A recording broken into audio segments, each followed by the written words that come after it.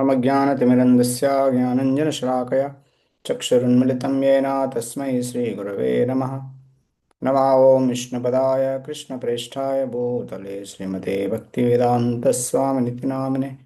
नमस्ते सारस्वतीदेवे गौरवाणी प्रचारिणे निर्विशेषशून्यवादी पाश्चात्यदेशतारिणे। नमो महावदन्याय कृष्णप्रेमप्रदायते कृष्णाय कृष्णचैतन्यनाम्ने गौरत्विषे नमः। हे कृष्णकरुणा सिन्धो दीनबन्धो जगत्पते गोपेशा गोपिकान्ता राधाकान्ता नमोऽस्तुते। तप्तकाञ्चन गौराङ्गे राधे वृन्दावनेश्वरि वृषभानुसुते देवी प्रणमामि हरिप्रिये। नीलाचलनिवासाय नित्याय परमात्मने बलभद्रसुभद्राभ्यं जगन्नाथाय ते नमः। वाञ्छाकल्पतरुभ्यश्च कृपा सिन्धुभ्य एव च पतितानां पावनेभ्यो वैष्णवेभ्यो नमो नमः। जय श्री कृष्ण चैतन्य प्रभु नित्यानंद श्री अद्वैत गदाधर श्रीवासदि गौरभक्तवृंद। हरे कृष्णा कृष्णा कृष्णा हरे हरे हरे राम राम राम हरे हरे। मूकं करोति वाचालं पङ्गुं लङ्घयते गिरिं यत्कृपातमहं वन्दे श्रीगुरुदीनतारिणं परमानन्दमाधवं श्रीचैतन्येश्वरम्।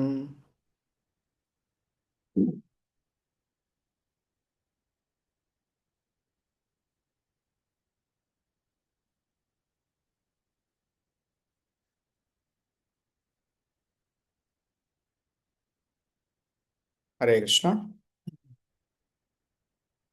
భక్తులందరికీ స్వాగతం। ఐదో అధ్యాయం శ్రీమద్ భగవద్గీత।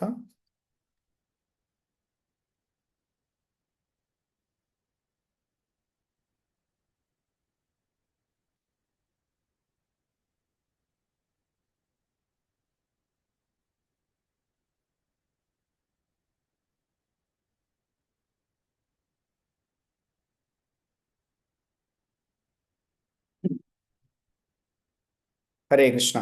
సో నిన్న మనం నాలుగో అధ్యాయంలో దివ్య జ్ఞానం అనేటువంటి ఈ నాలుగో అధ్యాయంలో భగవంతుడు ఆ, ఏ విధంగా నిజమైనటువంటి ఆధ్యాత్మిక విద్య శాశ్వతమైన విద్యను ఏ విధంగా సంపాదించాలి అంటే పరంపరలో వచ్చేటువంటి జ్ఞానాన్ని మనం తీసుకోవాలని చెప్పేసి భగవంతుడు చెప్తున్నాడు। ఈ విధంగా భగవంతుడి జ్ఞానాన్ని వివస్వంతుడికి ఇచ్చాడు సూర్యదేవుడికి, దాని తర్వాత వివస్వంతుడు మనువుకి ఇచ్చాడు, మనువు ఇక్ష్వాకు మహారాజుకి ఇచ్చారు। ఈ విధంగా ఈ జ్ఞానం అనేది గురు పరంపరలో వస్తుంది। దాని తర్వాత కాలక్రమేణా ఈ జ్ఞానం అనేది నాశనం అయింది, నష్టం అయింది। కాబట్టి మళ్ళీ భగవంతుడు అర్జునుడికి ఈ జ్ఞానాన్ని ఇస్తున్నాడని చెప్పేసి చెప్పాడనమాట। దాని తర్వాత ఆ, నిజమైనటువంటి అవగాహన। సో అంటే భగవంతుడు ఆ, ఏ విధంగా ఎందుకు భగవంతుడు అవతరిస్తాడు, అవతరించిన తర్వాత భగవంతుడు ఒక్కొక్కరితో ఒక్కొక్క విధంగా ప్రతిస్పందిస్తాడు। దాని తర్వాత వర్ణాశ్రమం గురించి భగవంతుడు చెప్తాడనమాట। ఈ విధంగా 4 రకాల వర్ణాలు నేనే సృష్టించాను, అంటే బ్రాహ్మణ క్షత్రియ వైశ్య శూద్రులు నేనే సృష్టించాను, సమాజం స్మూత్గా నడవాలంటే ఇవన్నీ అవసరం అని చెప్పేసి భగవంతుడు చెప్తాడు। దాని తర్వాత వచ్చేసి ఏ విధంగా మనం అన్ని కర్మ ఫలితాల నుంచి కర్మఫలాల నుంచి ముక్తులం అవ్వాలి అనే దాని గురించి భగవంతుడు చెప్తాడు। సో ఈ విధంగా మనం యాక్షన్ ఇన్యాక్షన్, వికర్మ అకర్మ కర్మ, సో కర్మ వికర్మకి అతీతంగా అకర్మ చేయాలి అని చెప్పేసి చెప్తారనమాట। సో ఈ విధంగా అకర్మ చేస్తే మనం కర్మకు అతీతంగా, అంటే ఒక బ్యాంకులో క్యాషియర్ ఏ విధంగా పనిచేస్తాడో ఆ విధంగా పనిచేస్తే ఆ వ్యక్తి ఎంత డబ్బు తీసుకున్నా ఎంత డబ్బు ఇచ్చినా ఆ వ్యక్తికి ఏమీ ఆ, నష్టము లాభం ఉండదు। ఆ వ్యక్తిని ఎవరు ఆ ఆ వ్యక్తిని ఎవరు శిక్షించరు అనమాట। కాబట్టి ఎందుకంటే అతని యొక్క పొజిషన్లో పనిచేస్తున్నాడు కాబట్టి, పొజిషన్ అనుసరించి దానికి తగ్గట్టు పనిచేస్తున్నాడు కాబట్టి। దాని తర్వాత చివరగా ఆ, త్యాగం గురించి భగవంతుడు చెప్తున్నాడు, రకరకాల యజ్ఞాల గురించి చెప్తున్నాడు అనమాట। సో సాక్రిఫైస్ అంటే యజ్ఞం అని రకరకాల యజ్ఞాలు చెప్తున్నాడు భగవంతుడు। ఏ విధంగా గృహస్థుల యజ్ఞం ఎలా చేయాలి, దాని తర్వాత ఆ, గృహస్థులు చేసే యజ్ఞం ఏంటి, బ్రహ్మచారులు చేసే యజ్ఞం ఏంటి, యోగులు చేసే యజ్ఞం ఏంటి, దాని తర్వాత దానం ఏంటి, ఇవన్నీ వాటి గురించి భగవంతుడు చాలా రకరకాల యజ్ఞాలు గురించి చెప్తాడనమాట। అంటే మనం చేసే ప్రతి యాక్టివిటీ కూడా ఒక యజ్ఞంలా మారాలి అని చెప్తున్నాడు అనమాట। యజ్ఞం అంటే ఏదో ఆహుతిలో మనం వేసేటువంటి ఆ నెయ్యి వేస్తూ చేసేటువంటి అది మాత్రమే యజ్ఞం కాదు. యజ్ఞం అంటే మనం చేసే ప్రతిదీ భగవంతుడి సమర్పణగా చేస్తే అది యజ్ఞం అవుతుందన్నమాట. ఓకే. దాని తర్వాత సో ఈ విధంగా భగవంతుడు చివరికి నిజమైనటువంటి జ్ఞానం మనకు కావాలంటే గురువుని సమీపించాలి. గురువు ద్వారా మాత్రమే జ్ఞానం అనేది వస్తుంది. సో గురువు సమీపించాలి. గురువుని ప్రశ్నలు వేసి నేర్చుకోవాలి. ప్రశ్నించి అర్థం చేసుకోవాలి. గురువుకు సేవ చేయాలి. అప్పుడే మనకి నిజమైన జ్ఞానం అనేది వస్తుంది. ఈ జ్ఞానం ద్వారా మనం ఆ, మనం కర్మల నుంచి కర్మ కర్మల యొక్క ఫలితాల నుంచి ప్రతిచర్యల నుంచి మనం ముక్తులం అవుతామని చెప్పేసి చెప్తాడనమాట భగవంతుడు. ఈ విధంగా 4వ అధ్యాయంలో ఇలా భగవంతుడు ముగిస్తాడు. దాని తర్వాత 5వ అధ్యాయంలో వచ్చేసి దీన్ని STEP స్టెప్ అని అనే అక్రోనిం ద్వారా మనం నేర్చుకున్నాం. ఎస్ అంటే స్టే ఇన్ దిస్ వరల్డ్, ఈ ప్రపంచంలో ఏ విధంగా ఉండాలి. ఓకే. మొదటి 12 శ్లోకాలు చెప్తున్నాడు. సో అర్జునుడికి మొదట్లో ఇక్కడ ఫస్ట్ మళ్ళీ డౌట్ వస్తుంది అనమాట, సందేహం ఏంటంటే కృష్ణ యాక్చువల్గా ఏది బెటర్, సన్యాసం బెటరా లేదంటే కర్మయోగం బెటరా? సో ఎందుకంటే కొన్నిసార్లు నువ్వు సన్యాసం చేయమని చెప్తున్నావు, సన్యాసం తీసుకోమని చెప్తున్నావు కర్మల నుంచి, ఇంకోసారి కర్మయోగం చేయమంటున్నావు. ఈ రెండిట్లో ఏది బెటర్ అని చెప్పేసి అంటున్నాడు అనమాట. కాబట్టి అర్జునవాచ సన్యాసం కర్మణాం కృష్ణ పునర్యోగం చ సంససి శ్రేయతయోరేకం తన్మే బ్రూహి సునిశ్చితం. సో అర్జున్ చెప్తున్నాడు, కృష్ణ నన్ను ఫస్ట్ సన్యాసం తీసుకొని చెప్తున్నావు, దాని తర్వాత మళ్ళీ ఆ, కర్మయోగం చేయమంటున్నావు. అంటే ఆసక్తి లేకుండా కర్మ ఫలితాల మీద ఆసక్తి లేకుండా చేయమని చెప్తున్నావు. కాబట్టి ఈ రెండిట్లో కరెక్ట్గా ఏది బెటర్ చెప్పని చెప్పేసి మళ్ళీ అర్జునుడు అడుగుతున్నాడు అనమాట. కాబట్టి సో కర్మలో సన్యాసం సిఫార్సు చేశాడు భగవంతుడు, కానీ కర్మ సన్యాసం కాదు. కర్మలో సన్యాసం వేరు, కర్మ సన్యాసం వేరు. కర్మలో సన్యాసం అంటే నువ్వు చేసే కర్మ యొక్క ఫలితాలను ఆశించకుండా కర్మ చేయడం. కర్మ సన్యాసం అంటే కర్మని అసలు చేయకుండా ఖాళీగా కూర్చోవడం అనమాట. అది కర్మ సన్యాసం. కాబట్టి కర్మలో సన్యాసాన్ని భగవంతుడు సిఫార్సు చేస్తాడు, రికమెండ్ చేస్తాడు అనమాట. కాబట్టి జ్ఞానం కన్నా కర్మే గొప్పది. కర్మ అంటే జ్ఞానంతో కూడిన కర్మ గొప్పదని ఇక్కడ భగవంతుడు చెప్తాడనమాట. దాని తర్వాత దాని తర్వాత 4-5 శ్లోకాల్లో భగవంతుడు ఏం చెప్తున్నాడంటే ఆ, కర్మయోగము సన్యాసం రెండు సమానమే అంటున్నాడు అనమాట. సో ఈ రెండు సమానమే అంటే నిష్కామ కర్మయోగ చేయకుండా కేవలం వైరాగ్యం తీసుకోవడం అనేది చాలా కష్టమైంది, చాలా ట్రబుల్సమ్, చాలా బాధాకరమైంది అనమాట, ఇబ్బందిగా ఉంటుందన్నమాట. ఎందుకంటే ఒక వ్యక్తి కర్మ సరిగా చేయకుండా సన్యాసం తీసుకున్నాడు అనుకోండి, సన్యాసం తీసుకున్నాక మళ్ళీ ఆ వ్యక్తికి రకరకాల కోరికలు వస్తాయి. కాబట్టి అప్పుడు వాడు మళ్ళీ పాపాల్లోకి వెళ్తాడనమాట. అందుకని చెప్పేసి బెస్ట్ ఎగ్జాంపుల్ అంటే విశ్వామిత్రుడు అనమాట. సో విశ్వామిత్రుడు వశిష్ఠులు అవ్వాలని చెప్పేసి తపస్సు చేశాడనమాట. తను క్షత్రియుడు, వశిష్ఠ మహర్షిలా అవ్వాలని చెప్పేసి అనుకోవడం, ఇంకా తను అంత క్వాలిఫికేషన్ లేదు. అందుకని చెప్పేసి తపస్సు చేయడానికి వెళ్తాడు అనమాట. తపస్సు చేస్తే ఫస్ట్ మేనక వస్తుంది, పతనం అయిపోతాడు. దాని తర్వాత మళ్ళీ బాధపడతాడు అనమాట. దాని తర్వాత మళ్ళీ ఊర్వశి వస్తుంది అనమాట, రంభ వస్తుంది. రంభ మీద కోపంతో శపిస్తాడనమాట, మళ్ళీ తన తపోబలం కోల్పోతాడనమాట. ఈ విధంగా వ్యక్తి ఏమవుతుందంటే హార్ట్ అనేది పరిశుద్ధంగా లేనప్పుడు మళ్ళీ అలా సన్యాసం తీసుకుంటే వ్యక్తి పతనం అయిపోయే అవకాశం ఉంటుందన్నమాట. అందుకని చెప్పేసి కానీ విశ్వామిత్రుడు మళ్ళీ ఎప్పుడైతే రామాయణంలో మనం చూస్తాం, రామచంద్రుని కలిశాక రాముడు లక్ష్మణుడి యొక్క సాంగత్యంలో కోర్స్ శిష్యులుగా వాళ్ళు అలా ఆ ఆ రోల్ ప్లే చేస్తారు. కానీ యాక్చువల్గా భగవంతుడికి గురువు ఎవరు ఉండరు. కానీ భగవంతుడు కావాలని మనం నేర్పించడం కోసం విశ్వామిత్రుని గురువుగా స్వీకరించి వెళ్తారు.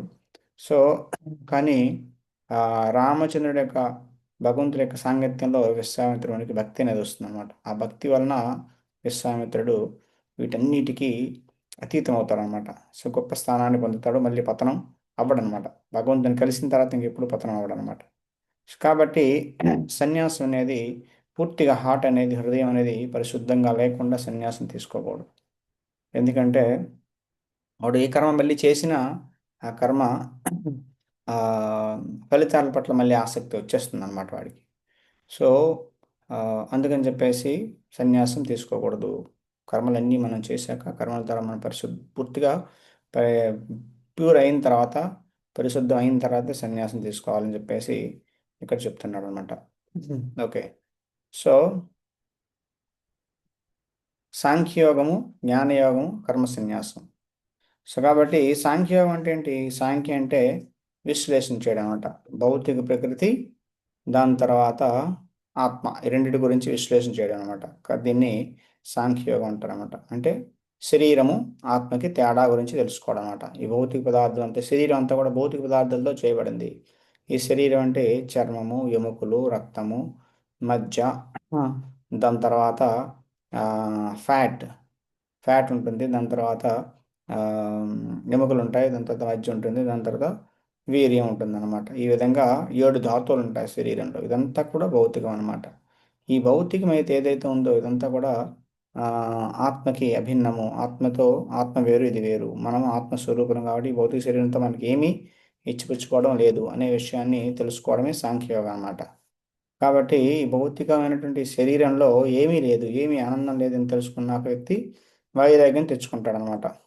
కాబట్టి ఈ శరీరానికి ఎందుకు నేను అనవసరంగా సమయాన్ని, శక్తిని వెచ్చించాలి, దీనికోసం ఎందుకు నేను తాపత్రయం పడాలని చెప్పేసి వ్యక్తి అర్థం చేసుకుంటాడు. నేను ఆత్మస్వరూపుణ్ణి కాబట్టి ఆత్మ కోసం నేను ఏదైనా చేయాలి, అది పర్మనెంట్ లాభం అని చెప్పేసి తెలుసుకుంటాడు అనమాట. కానీ దీన్ని సాంఖ్యయోగం అంటారన్నమాట.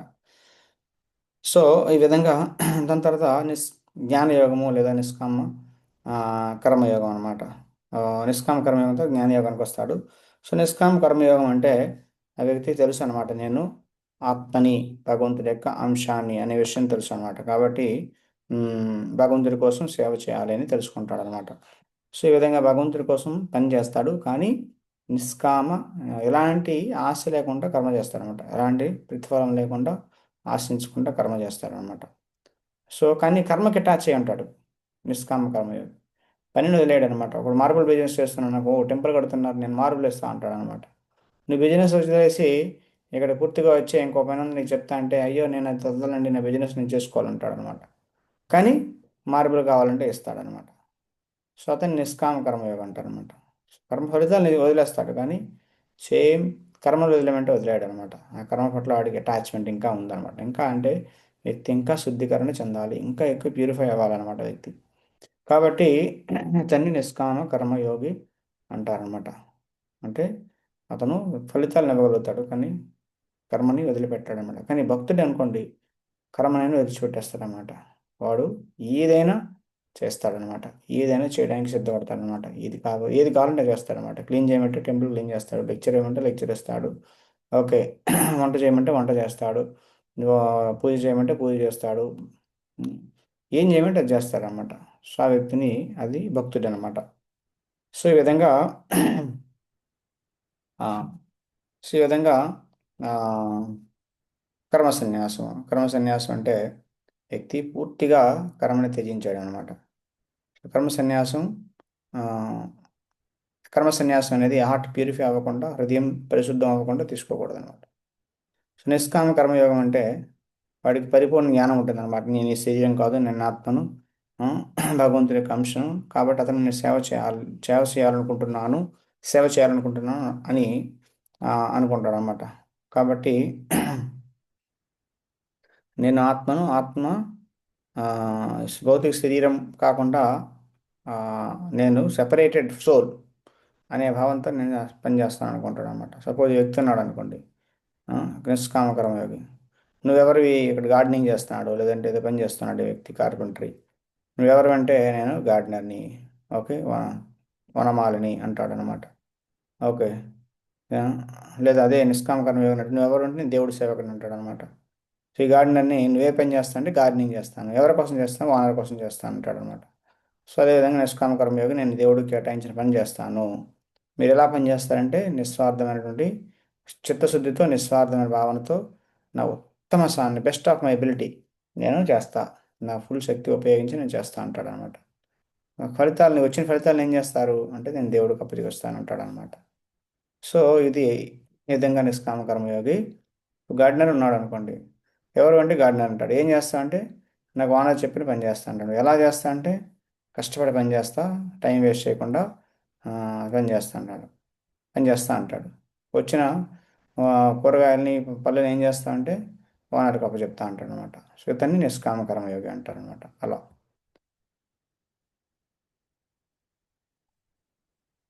So okay. సో నేను చేయగలను అనేటువంటి భావన నుంచి మనం బయటికి రావాలన్నమాట. నిష్కామ కర్మయోగం అంటే నేనటువంటి అహాన్ని తొలగించాలన్నమాట. కాబట్టి దేవుడు అనుమతి లేకుండా మనం ఏమీ చేయలేము. కాబట్టి హెచ్చుతగ్గులు వస్తూనే ఉంటాయి ప్రపంచంలో. కాబట్టి నమ్మకమైన సేవకుడిగా మనం పనిచేయాలి. ఓకే. చేంజ్ చేసిన పనికి ఎలాంటి క్రెడిట్ తీసుకోకూడదు. అంతా కూడా భగవంతుడికి అప్పచెప్పాలన్నమాట. క్రెడిట్ అంతా కూడా దానికి వచ్చినటువంటి ఆ, పేరు ప్రఖ్యాతి ఏదైతే ఉందో అదంతా భగవంతుడికి ఇవ్వాలన్నమాట. సో ఎందుకు చేస్తారు మరి? తనకేమీ లేకపోతే అలా పని చేస్తే హృదయం అనేది శుద్ధీకరణ అవుతుంది, ప్యూర్ అవుతుంది, పరిశుద్ధం అవుతుంది. అందుకని చెప్పేసి మనం ఆ విధంగా అంటే నిష్కామ కర్మయోగి పనిచేస్తూ ఉంటాడనమాట. ఓకే. అంత భగవంతుడే చేస్తున్నాడు, నేను చేయట్లేదు. అంత భగవంతుడే చేస్తున్నాడు, నేను చేయట్లేదు అని చెప్పేసి అనుకుంటాడు అనమాట. కాబట్టి ఆ, ఈ ప్రపంచం నడపాలంటే నేను లేకపోతే ప్రపంచం నడవదు, దేవుడు నా మీద ఆధారపడి ఉన్నాడు అని భావించడం అనమాట. ఓకే. సో మనకి ఏదైనా సేవ వచ్చిందంటే ఆ సేవ అనేది అదృష్టంగా భావించాలి. నాకు ఇది నేను బాగుపడడానికి భగవంతుడు నాకు ఇచ్చినటువంటి సర్వీస్ ఇది, కాబట్టి నేను అది చేసుకుంటా అనేటువంటి భావంతో ఉండాలి తప్ప ఓ నేను చేయకపోతే ఇంకెవడు చేయలేడు ఓకే అనేటువంటి భావంతో ఉండడం కరెక్ట్ కాదనమాట.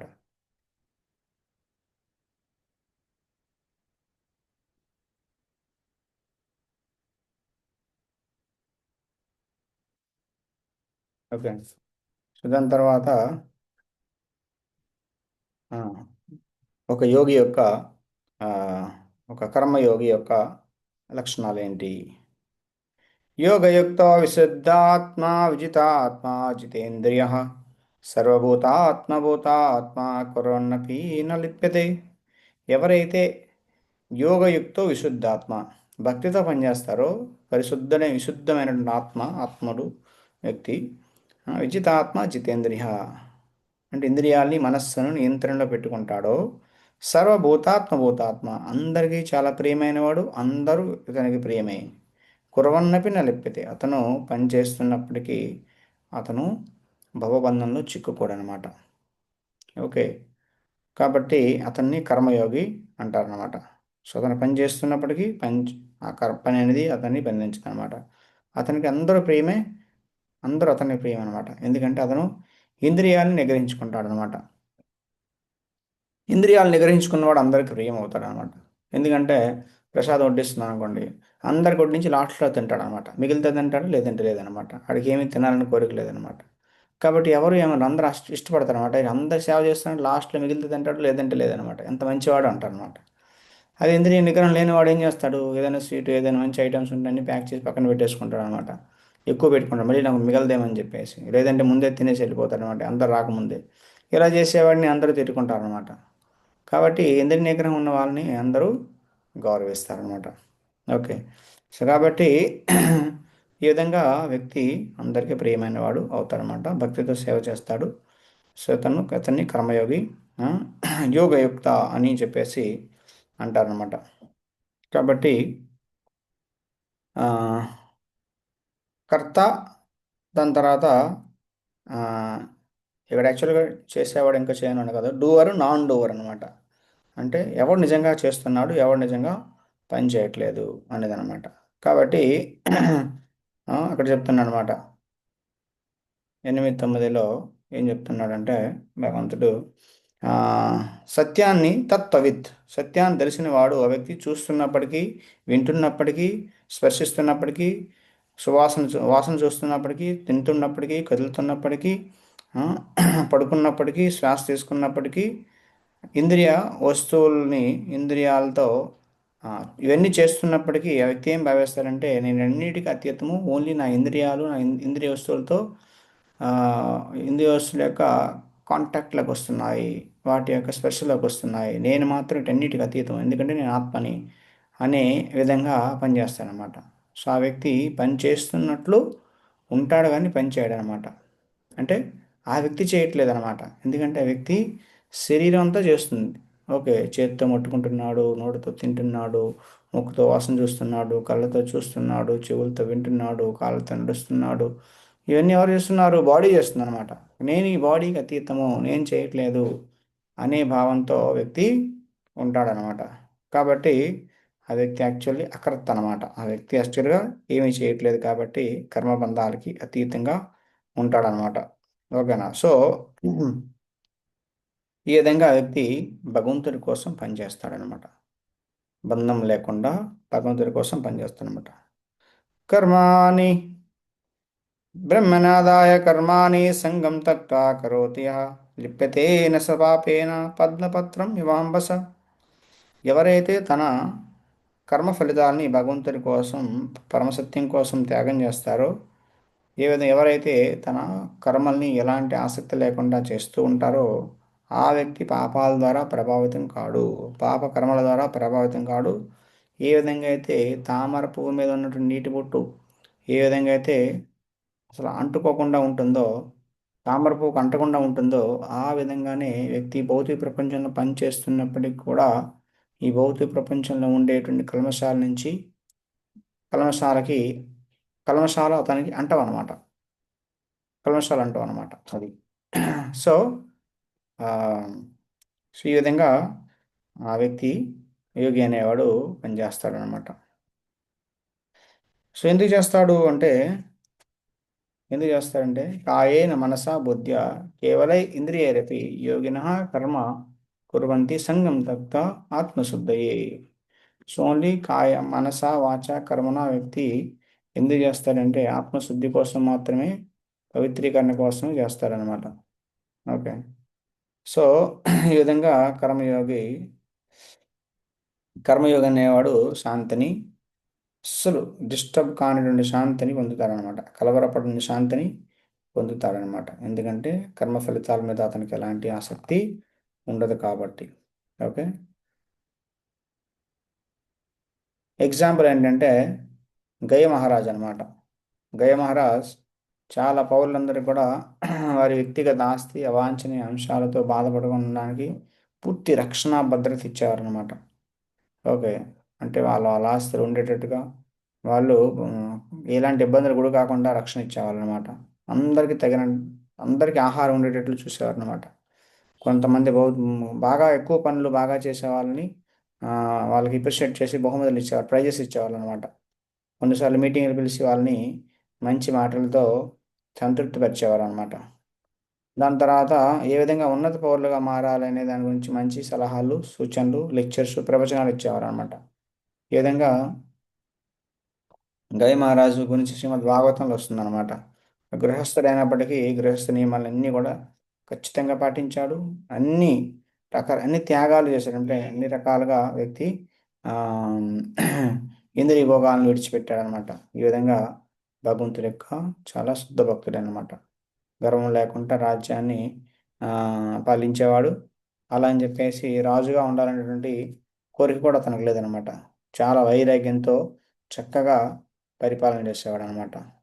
ఇతన్ని నిష్కామ కర్మయోగి అని అంటారనమాట. ఓకే. దాని తర్వాత టీ అంటే త్రీ డివోర్స్ అంటే ముగ్గురు కర్తలు ఎవరు? ఓకే. ముగ్గురు ఉన్నారు యాక్చువల్గా. అన్ని కర్మలు అన్ని పనులు జరుగుతున్నాయంటే ముగ్గురు ఉన్నారు దానికి కారకులు అనమాట. ఈ మూడు రకాల కర్తలు ఎవరున్నారో ఈ కర్తను తెలుసుకునే ఆ,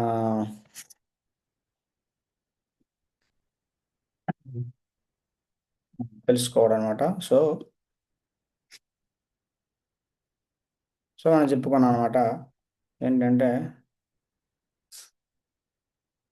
ఏంటంటే ఆత్మ ఆత్మ యొక్క పాత్ర ఏంటి, భౌతిక ప్రకృతి యొక్క పాత్ర ఏంటి, భౌతికి లేదా ఆ, భగవంతుడి యొక్క పాత్ర ఏంటి, భగవంతుడి యొక్క పాత్ర ఏంటి అనే మూడు మనం అర్థం చేసుకోవాలి ఇక్కడ. సో ఆత్మ అనేది సో ఆత్మ అనేది ఇలా ఉంటుందన్నమాట. చూడండి, ఆత్మ, ప్రకృతి, భగవంతుడు. ఓకే. ఇది చాలా ఇంపార్టెంట్ అండి అర్థం చేసుకోవడానికి. ఆత్మ అనేది ఏమీ చేయలేదన్నమాట. ఓన్లీ కోరుకుంటుందన్నమాట. కోరుకుంటే జీవుడు కోరుకుంటాడనమాట. జీవుడు కోరుకుంటే అది నెరవేరడానికి అర్హత ఉందా లేదా భగవంతుడు చూస్తారనమాట. అర్హత ఉంటే ఓకే, శాంక్షన్ చేస్తాడు. అర్హత లేకపోతే నో చెప్తాడనమాట. సో శాంక్షన్ చేశాక ఎవరు ఎగ్జిక్యూట్ చేస్తారండి? ఎవరు ఎగ్జిక్యూట్ చేస్తారు? ప్రకృతి ఎగ్జిక్యూట్ చేస్తుంది అనమాట. భౌతిక ప్రకృతి. ప్రకృతి అని అంటే ప్రకృతి అంటేనే త్రిగుణాలతో ఉంటుంది. సత్వగుణము, రజోగుణము, తమోగుణము. అన్నీ కూడా వీళ్ళే చేస్తారన్నమాట. ఈ మూడు గుణాల ద్వారానే ప్రకృతి అన్ని పనులు చేస్తుంది అనమాట. ఓకేనా? సో కాబట్టి జీవుడు కోరుకుంటాడు, పరమాత్మ చెయ్యడు. పరమాత్మ శాంక్షన్ చేస్తాడు, ఎస్ సైన్ చేస్తాడు, ఎస్ నో అని చెప్పేసి. చేసేది మాత్రం ప్రకృతే.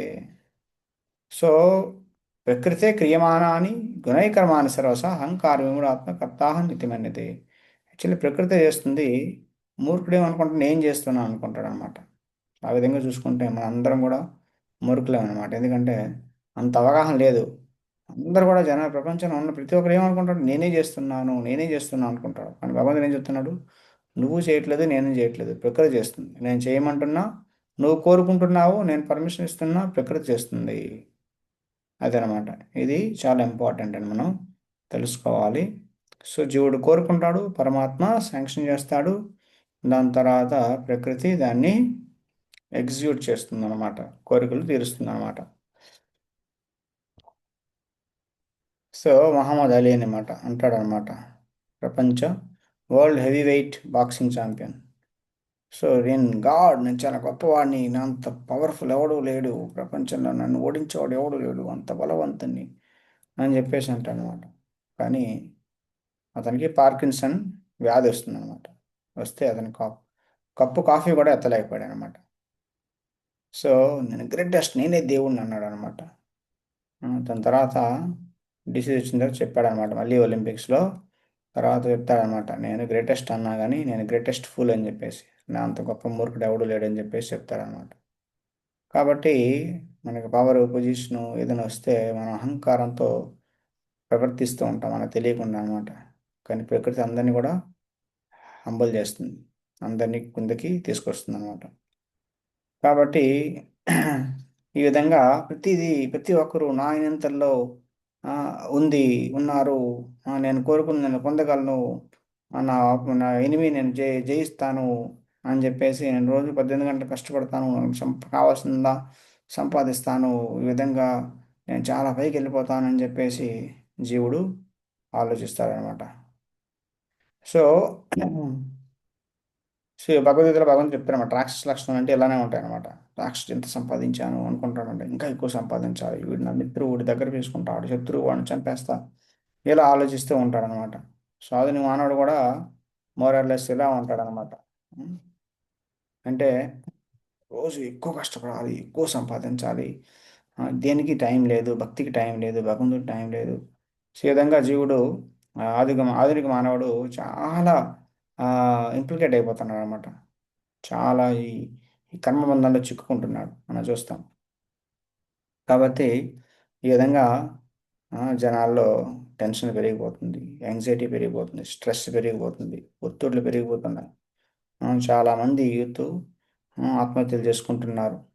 అమెరికాలోనే అమెరికాలో అత్యంత ఉన్నతమైనటువంటి అభివృద్ధి చెందినటువంటి దేశం. సో ప్రభుపాద వారు అమెరికా వెళ్ళినప్పుడు, మీరంతా అభివృద్ధి చెందారనుకుంటున్నారు, పెద్ద పెద్ద బిల్డింగ్లు ఉన్నాయి, పెద్ద పెద్ద రోడ్లు ఉన్నాయి, పెద్ద పెద్ద కార్లు ఉన్నాయి, అన్ని రకాల ఫెసిలిటీస్ ఉన్నాయి. కానీ అమెరికాలో ఇంతమంది చూడండి, హిప్పీలు ఎలా తయారవుతున్నారు. సర్వం సమాజాన్ని వదిలేసి ఇలా హిప్పీలు తిరుగుతున్నారు, గంజా అవన్నీ ఎల్ఎస్డి తీసుకుంటూ వీళ్ళు ఇలా ఇలా తయారవుతున్నారు. గవర్నమెంట్ ఏమీ చేయలేకపోతుంది. సమాజంలో ఎవడు హ్యాపీగా ఉన్నాడు? ఇంత డబ్బు ఉన్నా, ఎంత అభివృద్ధి చెందినా హ్యాపీగా ఎవడు లేడు అని ప్రభుత్వం చెప్తారనమాట. ఎందుకంటే ఆర్థిక అభివృద్ధితో నువ్వు సమాజంలో ఉన్న సమస్యను పరిష్కరించలేవు. కాబట్టి ఆర్థికంగా అభివృద్ధి చెందితే మనం చాలా ఆనందపడిపోదాం అనుకోవడం చాలా అపోహ అనమాట. సో కాబట్టి ఈ విధంగా ఈక్వల్ విజన్, సమదృష్టి. సో సమదృష్టి గురించి 17, 26 శ్లోకాల్లో చెప్తున్నాడు అనమాట. సో ఈ విధంగా సమదృష్టి, సమానమైన దృష్టి కలిగి ఉండడం, అందరినీ సమానంగా చూడడం అన్నమాట.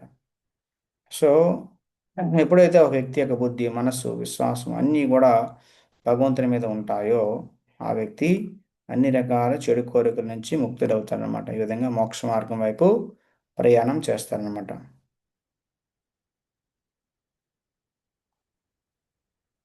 దాని తర్వాత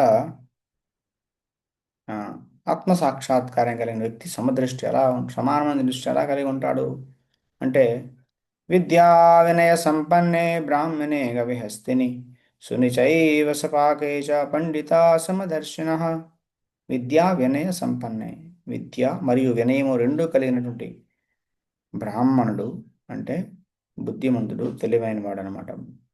గవిహస్తిని ఆ, సంపన్నుడు బ్రాహ్మణే గవిహస్తిని. బ్రాహ్మణుడు అంటే బ్రాహ్మణుని, గవి అంటే ఆ, ఏనుగుని, సారీ గవి అంటే ఆ, గావు, గోవు అనమాట. ఆవుని, హస్తి అంటే ఎలిఫెంట్ని, శూని అంటే కుక్కని, స్వపాకచ కుక్క మాంసం తినేవాడిని, అందరినీ సమానంగా చూస్తారనమాట. విద్యా వినయ సంపన్నే, విద్యా వినయం అన్నటువంటి పండితుడు అనమాట. బ్రాహ్మణ్ణి, గోవుని, ఏనుగుని, కుక్కని, కుక్క మాంసం తినేవాడిని అందరినీ ఒకేలా చూస్తాడని చెప్పేసి చెప్తున్నారు. అంటే ఏంటి ఒకేలా చూడడం అంటే? అంటే బ్రాహ్మణులు, గోవులు సత్వగుణంలో ఉంటాయన్నమాట. సంతృప్తితో ఉంటారు.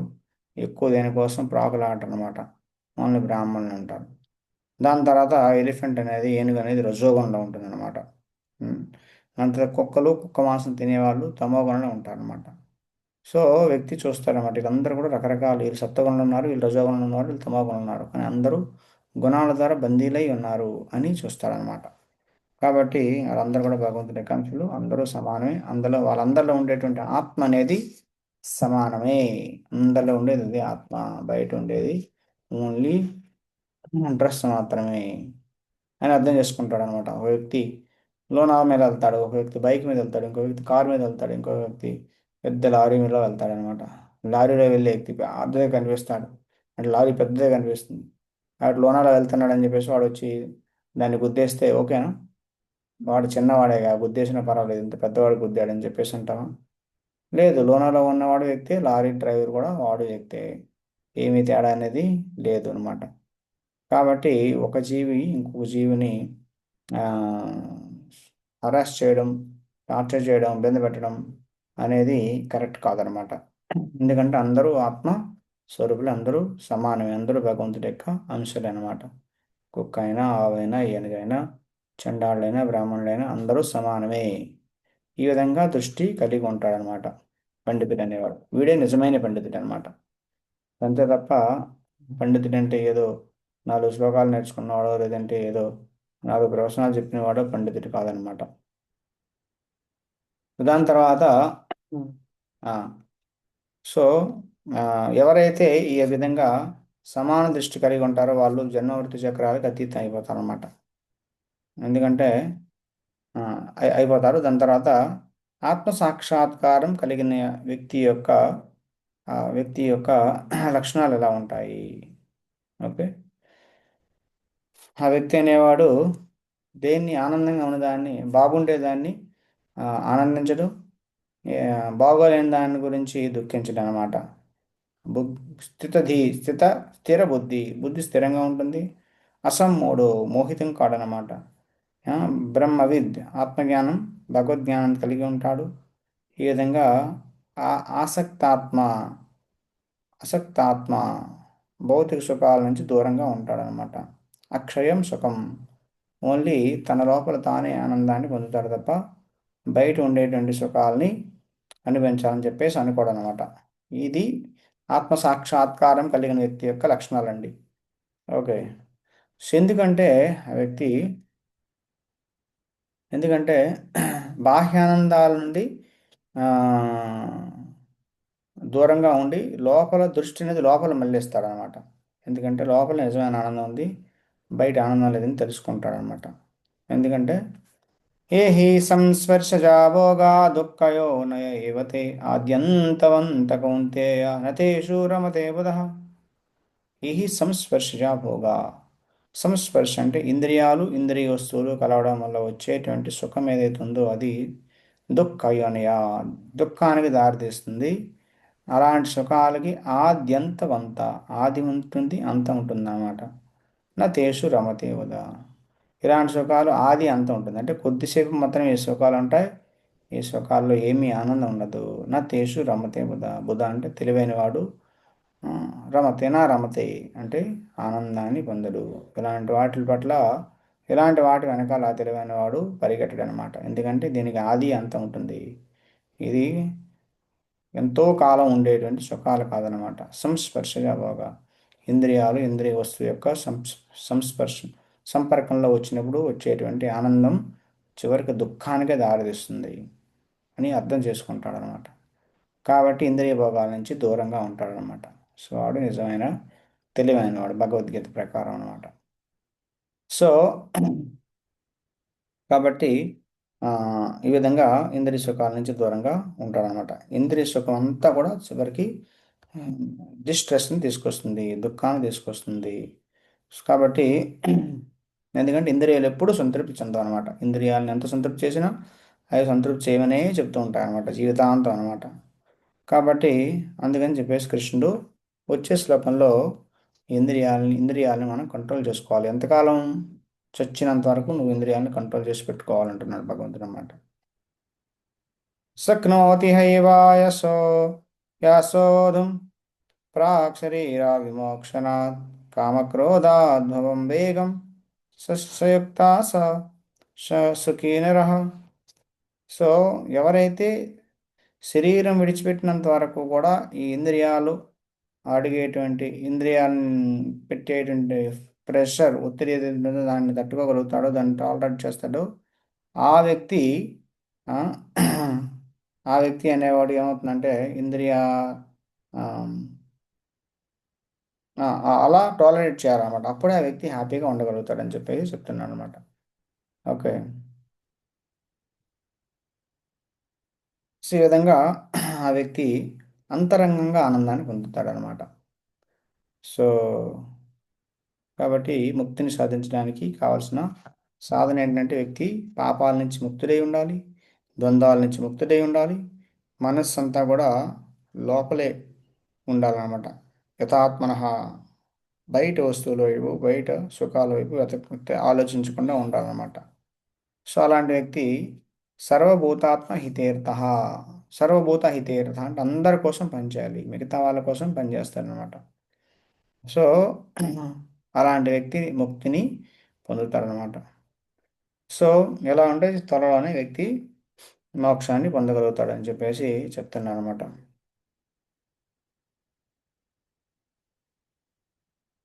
కామక్రోధ వియుక్తానాం యతీనాం యత చేతసాం అవితో బ్రహ్మ నిర్వాణం వర్తతే విదితాత్మనాం. సో కామక్రోధ, కోపం నుంచి, భౌతికమైనటువంటి కోరికల నుంచి కోరికలను కంట్రోల్ చేసుకొని మనసుని కంట్రోల్ చేసుకొని వ్యక్తి చాలా ఆ, చిత్తశుద్ధితో, చాలా డిసిప్లిన్తో, క్రమశిక్షణతో పనిచేస్తే ఆ వ్యక్తి మోక్షాన్ని పొందుతాడనమాట. సో దాని తర్వాత ఏ విధంగా మోక్షాన్ని పొందాలి, అష్టాంగ యోగం ద్వారా ఏ విధంగా మోక్షాన్ని పొందాలో భగవంతుడు చెప్తాడనమాట. ఓకేనా? సో అష్టాంగ యోగం ద్వారా ఏ విధంగా మోక్షాన్ని పొందాలో భగవంతుడు చెప్తాడనమాట. అంటే వ్యక్తి అనేవాడు ఇంద్రియ వస్తువుల్ని, ఇంద్రియ వస్తువులకి సంపర్కంలో రాకుండా చూసుకుంటాడు. తన యొక్క కళ్ళని కనుబొమ్మల మధ్య ఫోకస్ చేస్తాడనమాట.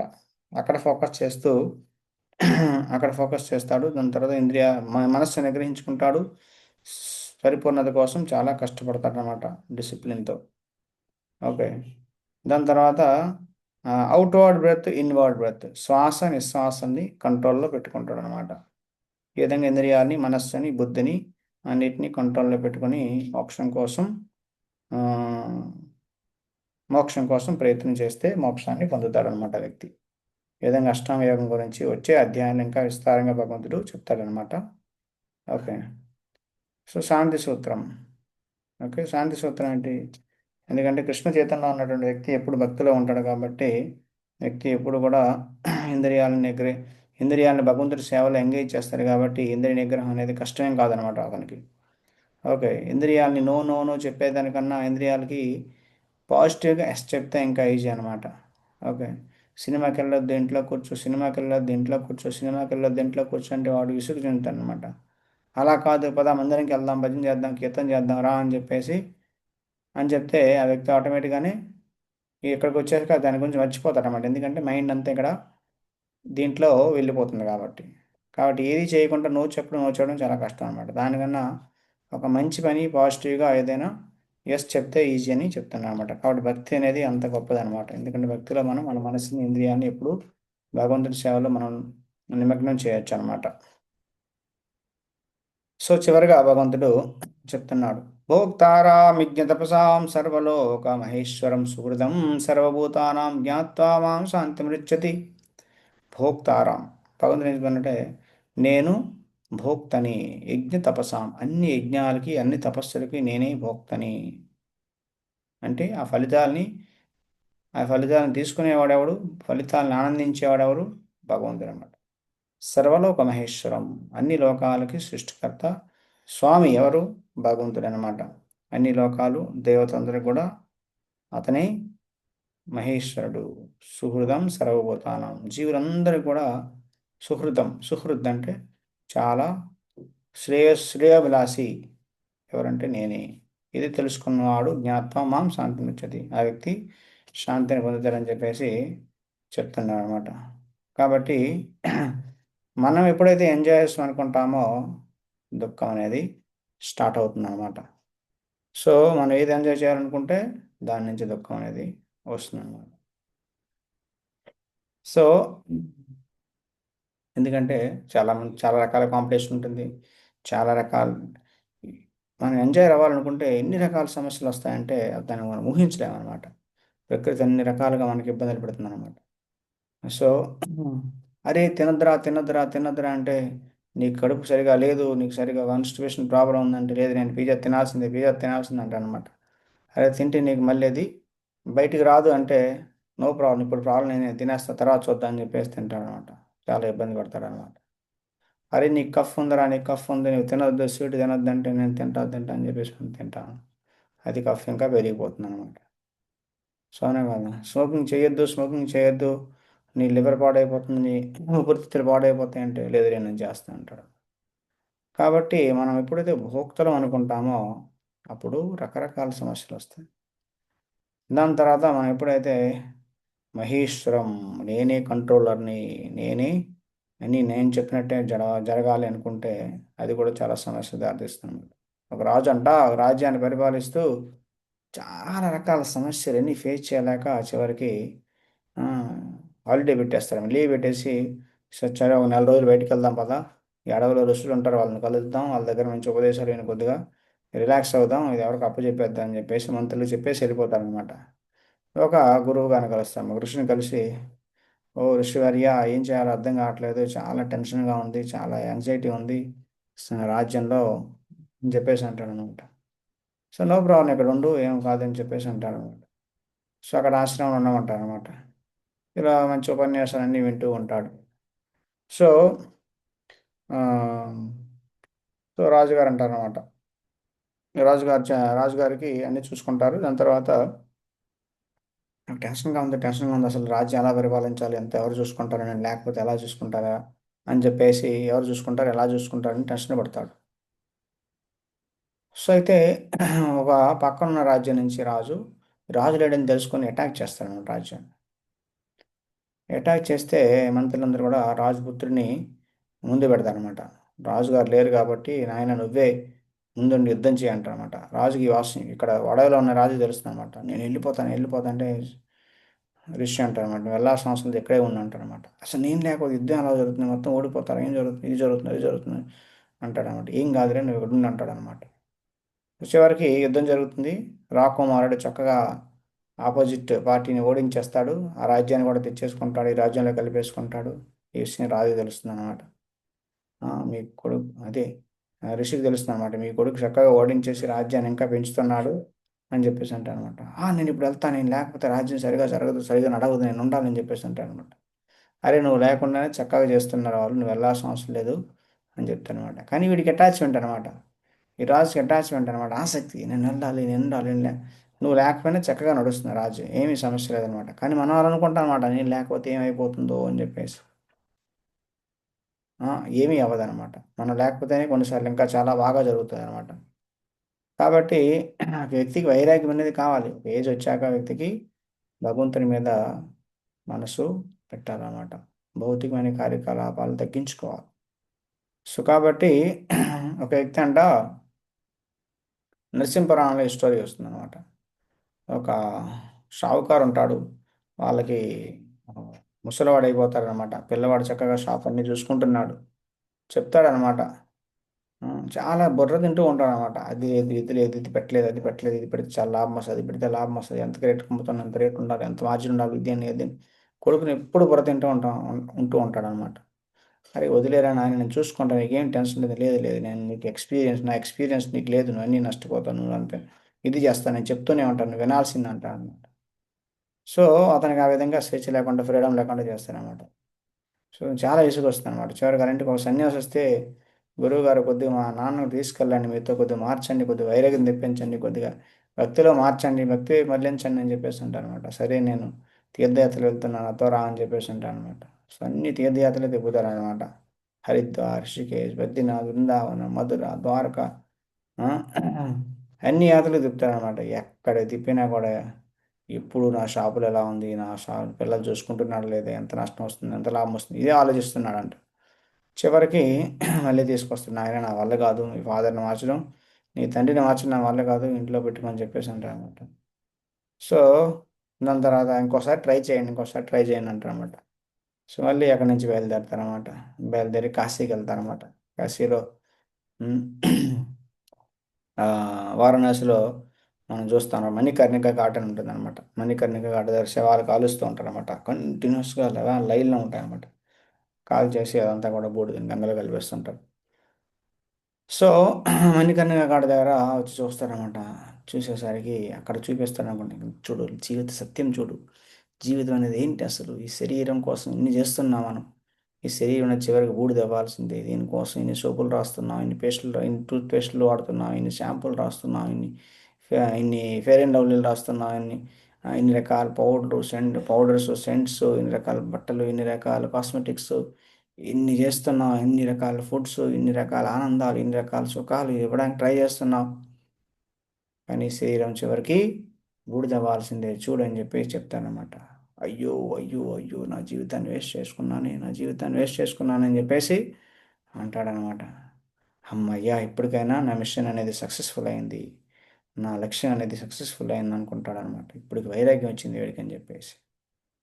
తెలిసిందా, అర్థమైందంటే, ఏం అర్థమైంది, ఎందుకు బాధపడుతున్నానంటే, జీవితాంతం నేను ఏదో కిరాణా షాపులో వస్తువులు అమ్ముకొని బతికాను, అనవసరంగా ఆ, అనవసరంగా ఈ బిజినెస్ చేశాను. వారణాసి వచ్చేసి ఇక్కడ వచ్చి కర్రలు బిజినెస్ చేస్తుంటే ఎంత డబ్బు వచ్చేది, ఎంత జీవితంలో సక్సెస్ఫుల్ అయ్యేవాడిని, ఇక్కడికి వచ్చి కర్రలు బిజినెస్ చేయలేదే, నా జీవితాన్ని వృధా చేసుకున్నానని చెప్పేసి అంటాడంట. అయ్యో రామ, అయ్యో రామ, ఎంత చెప్పినా వీడికి అర్థం కావట్లేదు, ఇప్పుడు కానీ అర్థం కావట్లేదు అని చెప్పేసి అనుకుంటాడు అనమాట. వీడికి సచ్చిన వైరాగ్యం రాదు, పో నాయన నువ్వు నీటికి పో అని చెప్పేసి చెప్పేస్తాడు అనమాట.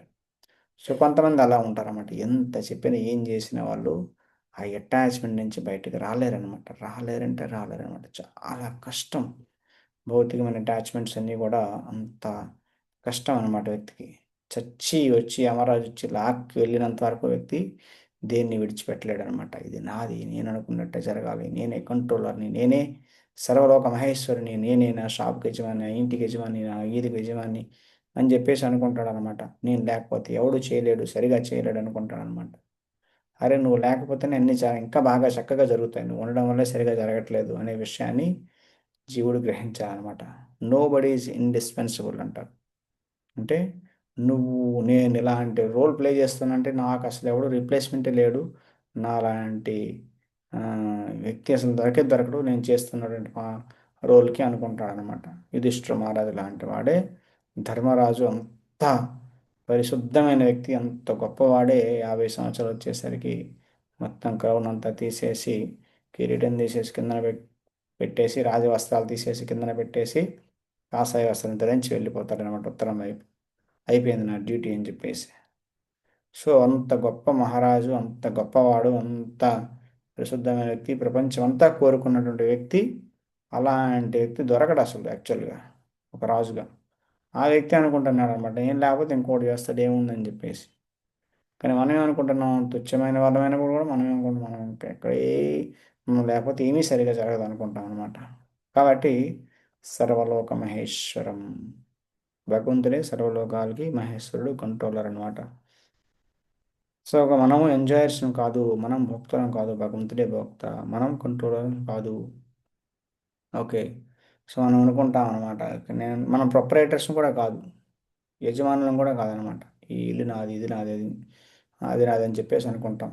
కానీ యాక్చువల్గా చీమ కూడా అనుకుంటుంది, ఆ చీమలో ఉన్న కన్నం చూసి కన్నం నాది, ఈ కన్నంలో ఇంకెవరు రాకూడదు, ఇదంతా నాది, నేను నా పిల్లలు నా భార్య ఉంటామని చెప్పేసి అనుకుంటుంది అనమాట. ఒక గ్లాస్తో కొద్ది నీరు పోస్తే అయిపోయింది అనమాట, దాని ప్రొపరేటర్షిప్ అంతా కూడా అయిపోయిందనమాట. సో అదేవిధంగా మనం కూడా ఇల్లు కట్టుకుంటూ ఇది చేస్తున్నాడు, పెద్ద సునామీ వచ్చింది, లేదంటే పెద్ద ఆ, ఎత్తుకి ఒక భూకంపం వచ్చింది అనుకోండి, అయిపోయిందనమాట. మన ప్రొపరేటర్షిప్ అంతా కూడా కూలిపోతుంది అనమాట. సో దేవతలు నవ్వుతూ ఉంటారు, మనం చీమని చూసి నవ్వుతూ ఉంటామే, మనల్ని చూసి దేవతలు నవ్వుతూ ఉంటారంట. అరే వీడు వీడు అనుకుంటున్నాడు, వీడు ఏదో ప్రొపరేటర్ అనుకుంటున్నాడు, చిన్న ఒక సుడిగాలి పెట్టినా, అది చిన్న భూకంపం ఇచ్చినా ఇవన్నీ కూలిపోతాయి, అసలు ఏం కాదని చెప్పేసి అనుకుంటాను అనమాట. దేవతలు కూడా అంతే అనమాట, దేవుడు భగవంతుడు చూసి దేవతలను కూడా నవ్వుతారు అనమాట, దేవతలను చూసి భగవంతుడు కూడా నవ్వుతారు అనమాట. రాక్షసులు వచ్చి కొన్నిసార్లు అటాక్ చేసి స్వర్గాన్ని లాగేసుకుని వాళ్ళని పంపించేస్తారనమాట, తన్ని పంపించేస్తారు. సో వాళ్ళు కూడా కొన్నిసార్లు ఓడిపోవాల్సి వస్తుంది అనమాట. కాబట్టి ఎవరు కూడా కంట్రోలర్ కాదు, మహేశ్వరుడు కాదు, ఓన్లీ భగవంతుడే మహేశ్వరుడు అనమాట. ఓకే. ఇది నా ఇల్లు అనుకుంటాం, రోడ్డు పక్కన ఉంది నా ఇల్లు అనుకుంటాం అనమాట, రోడ్లు ఎక్స్టెండ్ చేస్తారు, ఇల్లు అంతా కూల్ చేస్తారు అనమాట. ఇల్లు ఎక్కడ ఉంది, గవర్నమెంట్ చెప్తుంది అనమాట, ఎంత మీకు డబ్బులు ఇస్తాం, రోడ్డు ఎక్స్టెండ్ చేస్తాం అని చెప్పేసి అంటారు అనమాట. గవర్నమెంట్ నాది అంటుందా, ఇవన్నీ నాది అనుకోవడం కూడా తప్పనమాట, ఎందుకంటే గవర్నమెంట్ కూడా మారిపోతూ ఉంటుంది అనమాట. సో చివరగా భగవంతుడు తప్ప ఎవరిది ఏది కాదు, అంతా భగవంతుడికే చెందుతుందన్నమాట. సూర్యదం సర్వభూతానం. అంతేకాకుండా భగవంతుడు అందరి యొక్క శ్రేయోభిలాషి, నిజమైన శ్రేయోభిలాషి భగవంతుడే, మనం కాదనమాట. ఓకేనా. సో ఈ విధంగా ఆ, ఈ విధంగా ఆలోచన కలిగిన వాడు, ఇది అర్థం చేసుకున్న వాడికి మాత్రమే శాంతి అనేది వస్తుందన్నమాట. జ్ఞాత్వామాం శాంతిం రిచ్చతి. కాబట్టి ఈ 5వ అధ్యాయంలో ఏ విధంగా మనం యాక్షన్ కృష్ణ కాన్షియస్నెస్, కర్మ చేయాలి కానీ కృష్ణ చైతన్యంతో చేయాలన్నమాట. భగవంతుని స్మరించుకుంటూ మనం పనులు చేయాలన్నమాట. సో ఈ విధంగా చేయడం ద్వారా మన కర్మబంధం నుంచి ముక్తులం అవుతాం అన్నమాట. హనుమంతుడు చూడండి ఎంత చక్కగా ఉమ్, ఎంత చక్కగా భగవంతుని కోసం నిస్వార్థంగా, ఎలాంటి రెమ్యునరేషన్, శాలరీ, ఎలాంటి డబ్బు ఆశించుకుంటా, ఎలాంటి పేరు ప్రఖ్యాతులు ఆశించుకుంటా రామచంద్రుడి కోసం చాలా కష్టపడి, చాలా తెలివిగా అన్నీ చేస్తాడనమాట. రాముడు చాలా ఆనందపడతాడు, ఎందుకంటే సీత ఎక్కడుందో కనుక్కోమని చెప్పాము, కానీ నువ్వు సీత ఎక్కడుందో కనుక్కోవడమే కాదు, అక్కడ ఉండేటువంటి వానరులు, అక్కడ ఉండేటువంటి రాక్షసుల యొక్క హృదయాల్లో టెర్రర్ క్రియేట్ చేసి ఇచ్చావు.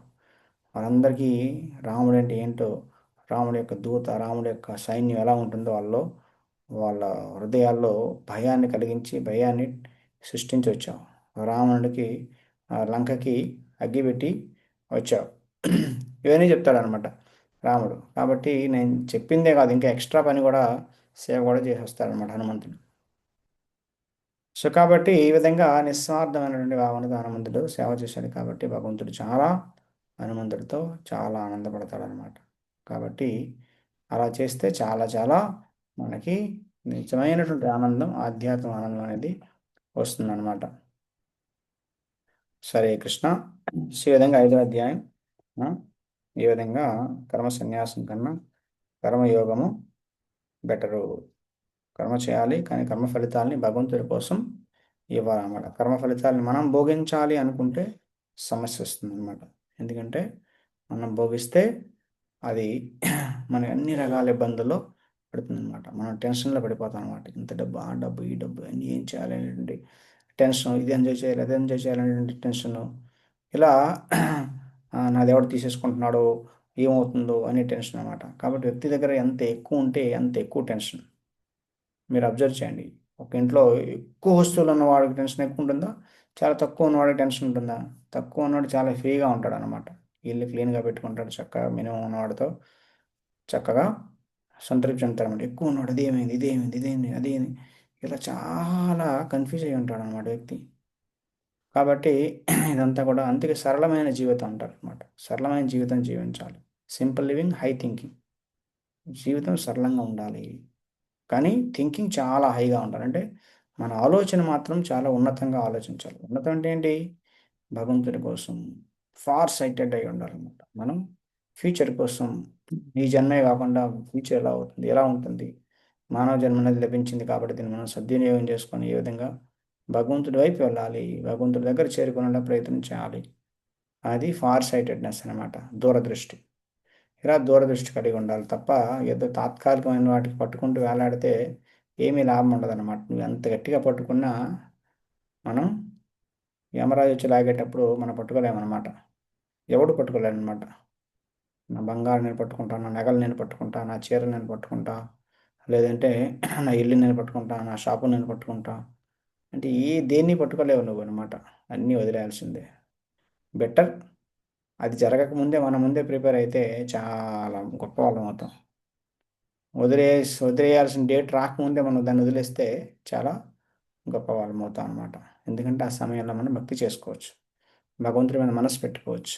కాబట్టి అందుకని భగవంతుడు యాక్చువల్‌గా చిన్నప్పటి నుంచే మనం నిస్వార్థమైనటువంటి భావనతో సేవ చేయాలనమాట. గార్డెనర్ ఏ విధంగా అయితే నిస్వార్థంగా ఏమి ఎక్స్‌పెక్టేషన్ చేయకుండా డ్యూటీగా వస్తాడు, చేస్తాడు, పోతాడు అంతే.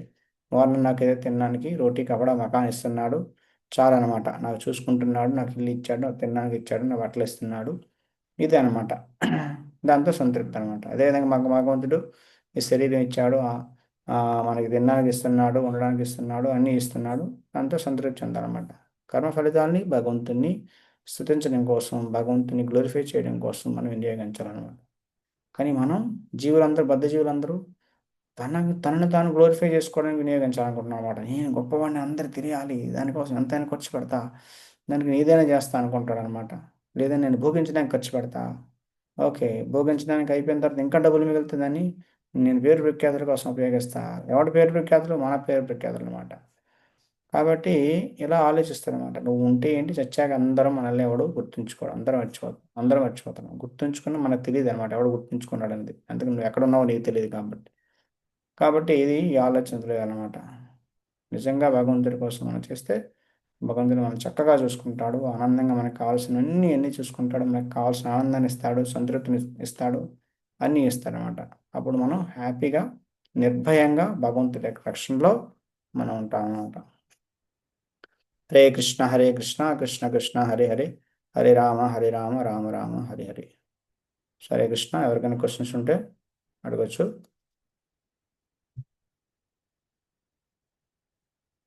ఇప్పుడు మీరు అన్మ్యూట్ చేసుకోవచ్చు. అన్మ్యూట్ చేసుకోవచ్చు.